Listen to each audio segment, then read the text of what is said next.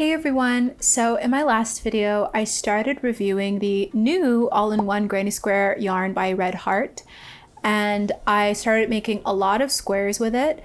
I got 4 skeins of it, and so far have gone through 3, and did a poll on my community board asking you all what I should make with all of these squares. And according to the poll, you all said that you'd like to see a dress, so I thought I'd make a dress with it with you guys. And one of the thoughts that I have so far with working with this yarn is that the last row that is actually supposed to be that white color is kind of off-white. It has a lot of splotches of pink throughout it, and after making several squares with it from the last video, I actually decided I didn't like that row, so I started making a bunch of squares that only ended with the pink row. And I really like the way that these squares look a lot better. They're a bit more consistent. There's not as much color bleed with these colors, especially because this last row is white, so you can really tell the color bleed through that color. So I have still the last skein from all the squares that I made in the last video that I'm going to go through and take off all of the white yarn from those squares. And I actually need 2 more skeins for my project. From my math, I've decided I needed about 88 squares in total for my project. And with the 4 skeins, I can only make about 60. So I'm gonna go to the craft store real quick and I'm gonna pick up a couple more skeins, and then I'm going to go ahead and finish off all these squares. Okay, so I'm back from the craft store and I got a couple of the skeins of the Granny Square Heart yarn, and I also got an extra color of this really bright cherry red, just in case I need to see. I had this burgundy Red Heart yarn left over in my stash from the Wild Woman cardi I did a couple of videos ago. I'll put that in the card above if you want to check it out. And I wasn't sure if I wanted to use this one or this one to add a bit of an accent color when I'm seaming all of the squares together. And just like the Granny Square inspiration behind this piece, I wanted to make a fitted collar to go along with it.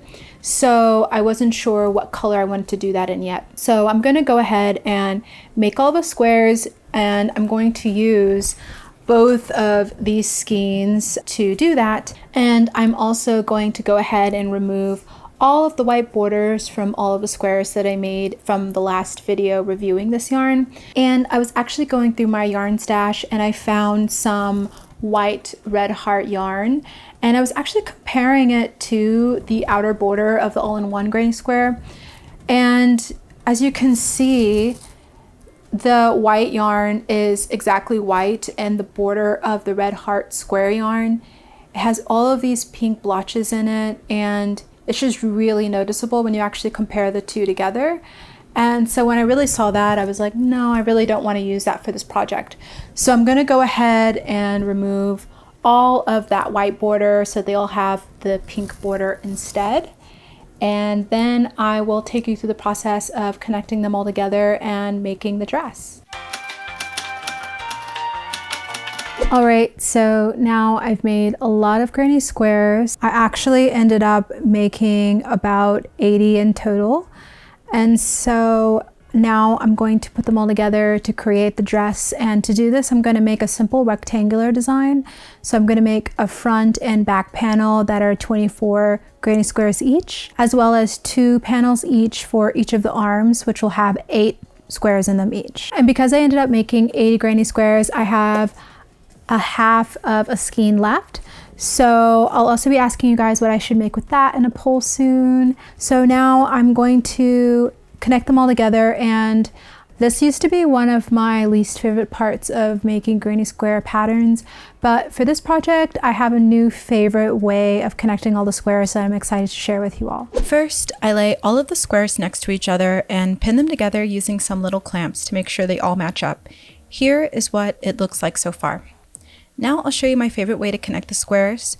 First, I work a slip knot and then bring it to that most corner stitch of the square on the right. Then bring the hook to that corner stitch in the square on the left from front to back like this.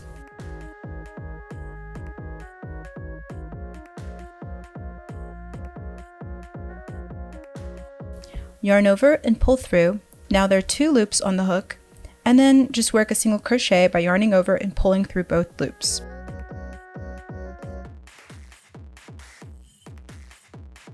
Now take the hook out of that loop and bring it to that next stitch on the square on the right.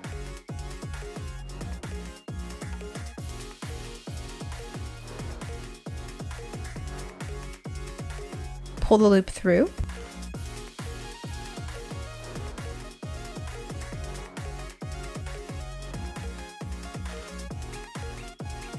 Then take the hook and bring it to the next stitch on the other square on the left. Yarn over and pull through, and then work that single crochet.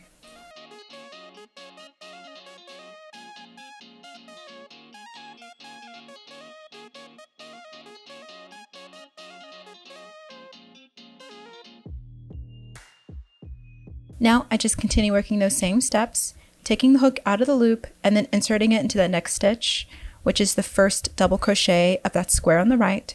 Pull up the loop and then bring the hook to the next stitch on the other square on the left, which is that first double crochet stitch as well. Yarn over and pull through, then yarn over, pull through both loops, working that single crochet. I continued repeating those steps all the way across, and this isn't the quickest way to connect the squares, but I love how nice and neat it looks. While working the piece and trying it on, I realized that it was way too big and actually ended up using 3 rows of 6 squares for the front and back panel. Then I connected the front and back panels together at the top for that shoulder seam until that third group of 3 double crochets from the squares on both sides.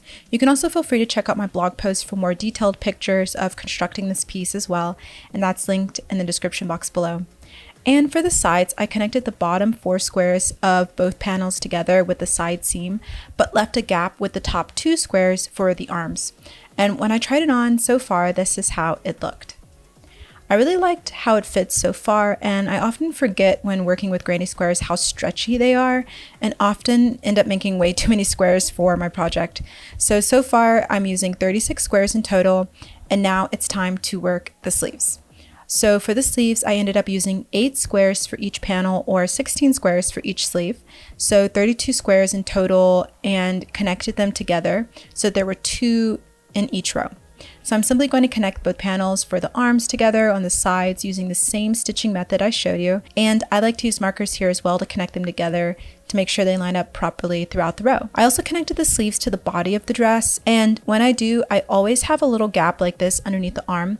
So to connect that gap together, I turn the garment on the inside out and simply sew it together with an invisible stitch. Then weave in the ends to close up the gap. Now it's time to create the collar, and to do this, I'm going to use a 5mm hook and turn the garment inside out. Then insert my hook into the stitch in the back of the neckline, and I worked 8 chains.